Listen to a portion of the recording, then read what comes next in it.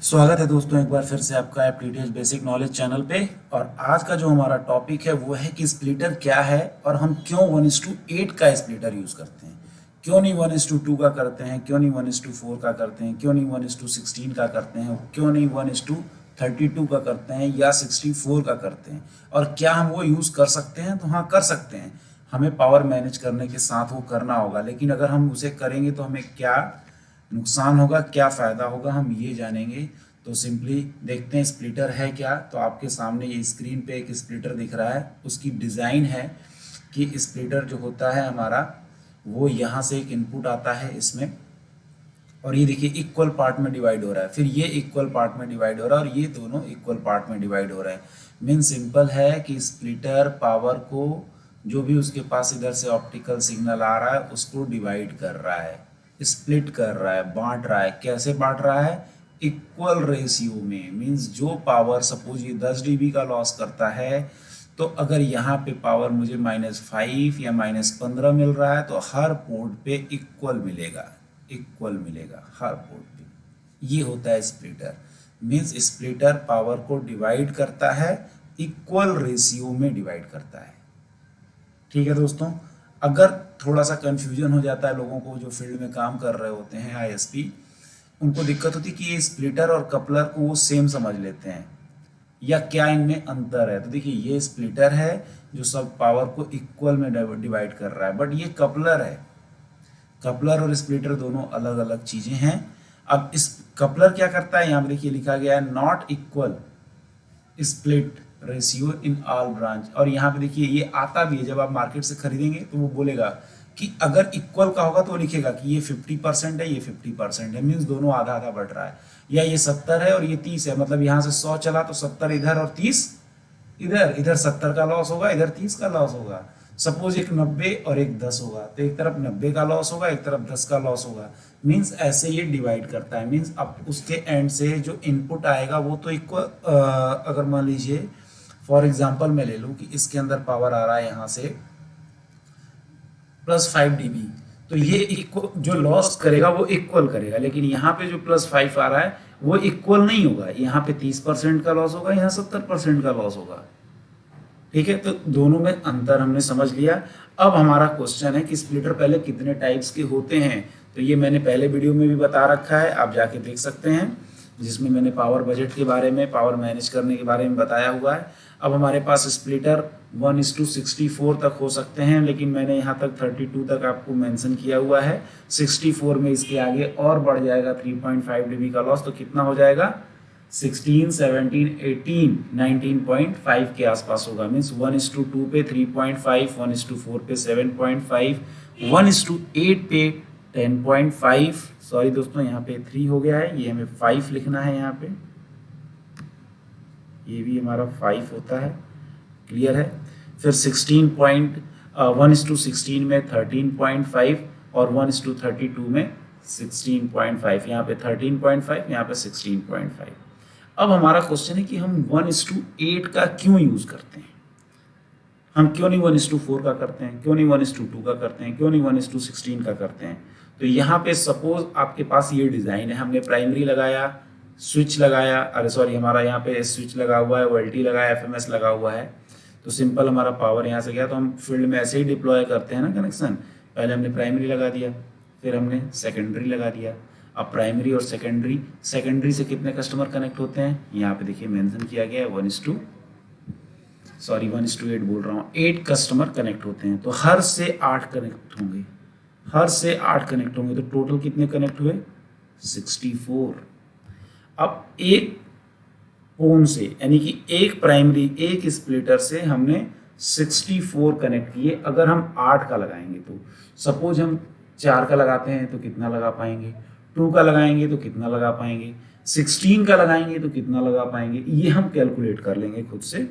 जितने नंबर, अब मैं एक 8 का एग्जाम्पल लेके आपको बता रहा हूँ कि 8 का तो चलो लगा दिए, तो 8 पे क्या होता है, और आप ऐसे ही 4 पे, वैसे ही आप 2 पे, वैसे ही आप 16 पे डिवाइड कर लेना आप लोग, अगर आप जानते हो तो सपोज ये ओएलटी है, अगर ये ईपोन ओएलटी है, तो इस एक पोन से जो स्पीड आता है उसकी कैपेसिटी है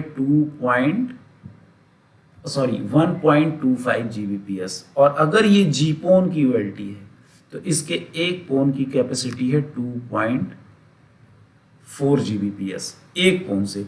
अब इससे एक प्राइमरी लगा, इससे हमने एक प्राइमरी लगाया, ठीक है, और प्राइमरी से हमने कितने कस्टमर चलाए, 64, ये हमने 64 कस्टमर चलाए। क्लियर है? अब आइए इसका कैलकुलेशन करते हैं। 1 GB में कितने MB होते हैं, 1024 होते हैं। अब 1.25 GB में उतने MB का मल्टीप्लाई कर देंगे तो इतने होंगे। अब हमने 64 कस्टमर कनेक्ट कर दिए, अगर 8 के लगाए तो उस 64 से अगर हम उसे डिवाइड कर दें, जो भी हमारा ये पावर आ रहा है 64 से डिवाइड कर दें, तो पर कस्टमर स्पीड कितना गया, 19.84 Mbps। मीन दोस्तों सिंपल समझते हैं कि अगर हमारे पास 10 लीटर पानी है और 10 लोगों में बांटना है तो सबको 1-1 लीटर ही पानी देंगे, और अगर वही पानी 10 लीटर मुझे 5 लोगों में बांटना है तो मैं कितना दूंगा सबको, 10 लीटर पानी है और अगर 5 लोगों में बांटना है तो 2-2 लीटर दूंगा, और अगर 10 लीटर पानी सिर्फ 2 लोगों में बांटना है तो मैं 5-5 लीटर दूंगा।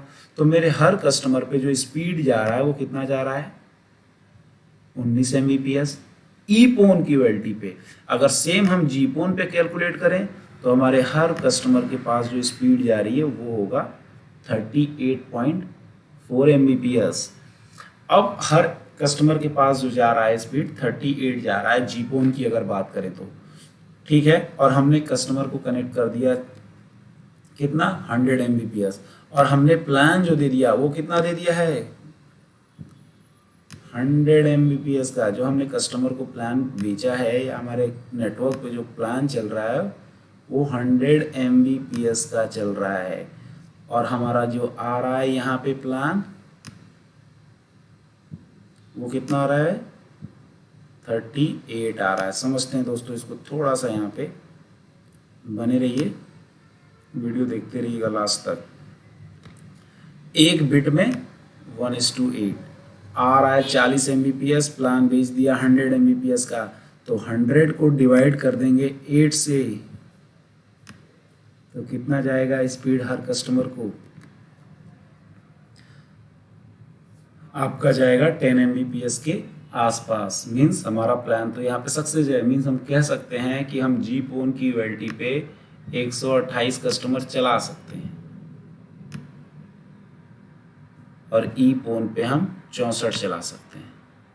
तो 28 चलाने के लिए हमें वहाँ पे 1:16 का, या अगर हम यहाँ पे प्लान बड़ा बेचने लगे, सपोज मेरे नेटवर्क पे प्लान 300 Mbps का बिक रहा है या 500 Mbps का बिक रहा है, कुछ भी, या 1 Gbps का बिक रहा है, तो हमें स्पीड मैनेज करना होगा। या अगर यहाँ पे सपोज हमने 100 का प्लान पिच किया और हमने 300 का प्लान भी पिच करने लगे सेम, और कस्टमर 64 ही हैं, तो कस्टमर को फिर स्पीड इशू आनी शुरू हो जाएगी। अगर मान लो मैंने 3 Mbps का, 400 Mbps का, 500 Mbps का या 1 Gbps का स्पीड मैंने पिच कर दिया और उसे बेच भी दिया, अब उस पर 1 Gbps की स्पीड कैसे पहुंचेगा जब हमारी कैपेसिटी ही है 19 Mbps।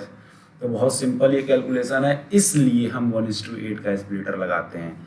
सिंपल समझना है कि 1:8 का लगाते हैं तो 64 कस्टमर चलेंगे, और उन 64 कस्टमर को डिवाइड का जो भी Gbps को Mbps में कन्वर्ट करेंगे और उसको कस्टमर से डिवाइड कर देंगे, और डिवाइड करने के बाद जो भी पावर आएगा, जो भी स्पीड कैपेसिटी आएगी, हम अनुमान लगा लेंगे या हम ये देख लेंगे कि हमने बेचा कितने Mbps का प्लान है और हमारे पास पीछे से हमारे पास कैपेसिटी कितना है देने का। अगर ये हमारा दोनों इक्वल मैनेज होता रहेगा तो कस्टमर कभी भी स्पीड इशू की कंप्लेन नहीं करेगा, उसको प्रॉपर स्पीड आता रहेगा। लेकिन अगर ये हमारा डिसबैलेंस हो गया तो 100% हमारा कस्टमर दुखी होगा, उसको स्पीड इशू की कंप्लेन आती रहेंगी। दोस्तों एक इशू और आता है, अगर आप ट्रिपल PoE कनेक्शन चला रहे हो। देखिए नेटवर्क जो होता है फील्ड में 2 तरह से होते हैं, कुछ ISP ट्रिपल PoE पे काम करते हैं और कुछ DHCP पे करते हैं। ट्रिपल PoE का जो OLT होता है उस पर एक IP दे दी जाती है, सर्टेन IP होती है, उसमें एक यूज़र ID और पासवर्ड डलता है, उससे वो यूज़र कनेक्ट होता है। तो उसमें एक लिमिटेड मैंने 64 IP की जगह 70 IP कर दिया, तो वो आपस में जो IP फ्री है वो 64 कस्टमर को जा रहा है। लेकिन अगर वो 64 मैंने 70 आईपी दिया है और 64 कस्टमर ऑनलाइन है, तो जो भी आईपी है एक दूसरे को फ्री मिल रहा है, लेकिन मैं उस पर 75 कस्टमर चला दूं, उस पर 80 कस्टमर चला दूं, तो फिर हमारा क्या होगा, जब सारे कस्टमर ऑनलाइन आएंगे तो किसी कस्टमर को आईपी फ्री मिलेगा ही नहीं, किसी को आईपी मिल जाएगा, किसी को नहीं मिलेगा, तो फ्रिक्वेंटली डिस्कनेक्शन होने लगेगा, मैक इशू आने लगेंगे, इस तरह के तमाम प्रॉब्लम आते हैं ट्रिपल पीओई पे। लेकिन अगर डीएचसीपी होता है तो कस्टमर तो चल जाएगा, स्पीड इशू आएगा वहाँ पे। ठीक है दोस्तों, तो आपको आज समझ में आ गया होगा कि मैं 1:8 का क्यों लगाता हूँ। सबसे मेन रीज़न है स्पीड का, स्पीड डिवीज़न का, वो हमें ध्यान रखना है। अगर हमारा फ़ोन यूटिलाइजेशन फुल होने लगता है तो स्पीड की दिक्कत आएगी, और अगर हम ट्रिपल पीओई कनेक्शन पे चला रहे हैं तो हमारे पास मैक की और फ्रीक्वेंटली डिस्कनेक्शन का इशू आएगा। तो बने रहिए, जो नेक्स्ट टॉपिक हम लेके आने वाले हैं आपके लिए वो है कपलर के बारे में, कि ये कपलर कैसे काम करते हैं और हमें कपलर हमारे नेटवर्क के लिए बेस्ट है या नहीं है। थैंक यू दोस्तों।